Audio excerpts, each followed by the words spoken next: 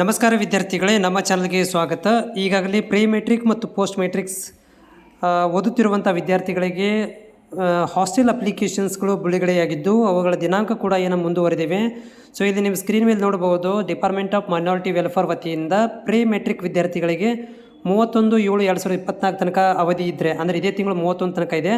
ಅದೇ post matric ವಿದ್ಯಾರ್ಥಿಗಳಿಗೆ ಅಂದರೆ 10ನೇ ತರಗತಿಯ ನಂತರ ಇರೋರಿಗೆ ಪೋಸ್ಟ್ ಮೆಟ್ರಿಕ್ ಅಂತ ಕರಿತೀವಿ. ಅವರಿಗೆ 5/8/2020 ತನಕ ಓಪನ್ ಇದೆ.